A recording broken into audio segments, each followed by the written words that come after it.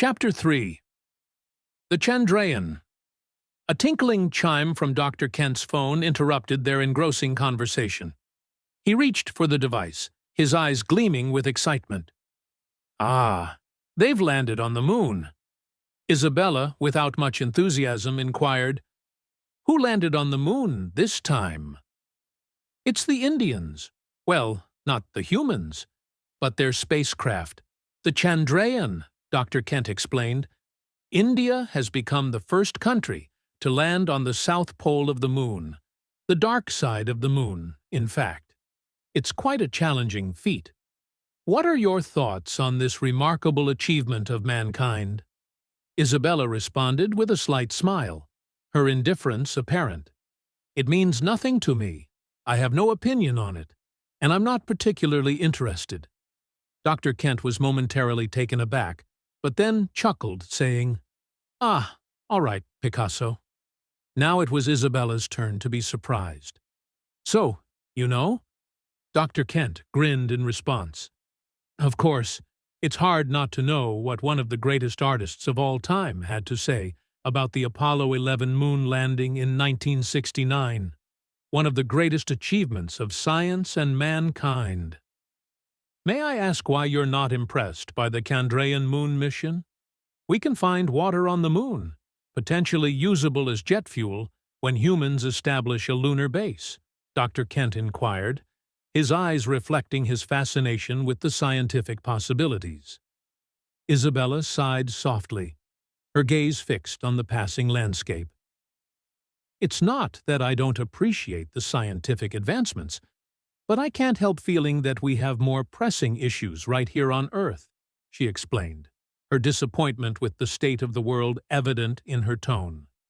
"The space race, at times, feels like a global show-off contest among countries, with resources poured into endeavors beyond our planet, while so many suffer from problems like climate change, poverty, lack of health care, and education. Millions of people don't have access to drinking water. What is the outcome of such extravaganza on space missions?" Dr. Kent nodded and paused for a moment, then said, "Let me tell you about the Apollo 11 mission in 1969. It was a landmark event, driven in part by the Cold War rivalry, but it had far-reaching consequences beyond space exploration." Isabella leaned in, her curiosity piqued.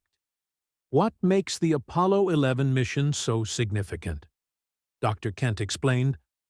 "Well, aside from the obvious achievement of landing humans on the moon, this mission triggered an unexpected revolution, the computer revolution. In order to calculate the complex trajectories and make split-second decisions required for space travel, NASA had to develop cutting-edge computer technology. The advancements made in computer technology during the Apollo program led to the rapid enhancement of processor chips.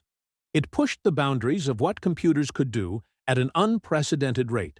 In essence, the intense pressure of the space race accelerated the information technology revolution." Isabella's eyes widened with realization. So, the Apollo mission not only achieved a historic feat in space exploration, but also played a pivotal role in shaping the technology landscape we know today. Dr. Kent nodded with enthusiasm. "Exactly, Isabella. The world witnessed unintended, yet profound consequences. The Apollo mission opened the floodgates for the computer revolution, paving the way for the technological advancements that continue to shape our world. Now the world is run on computers. The medical and educational fields are heavily dependent on computers. In the 21st century, revolutions start on the Internet." "That was the impact of Apollo mission, Doctor." Kent smiled and looked into the eyes of his co-passenger, who was so engrossed that she couldn't hear the voice of the ticket master who was asking for the ticket. "Ma'am, may I see your ticket?"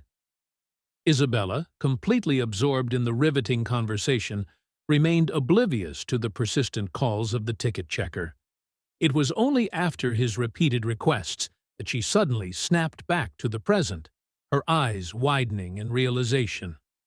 She swiftly retrieved her ticket, apologizing with a touch of embarrassment, and handed it over to the checker. Dr. Kent, too, showed his ticket with a wry smile, acknowledging the captivating distraction that had momentarily swept them away.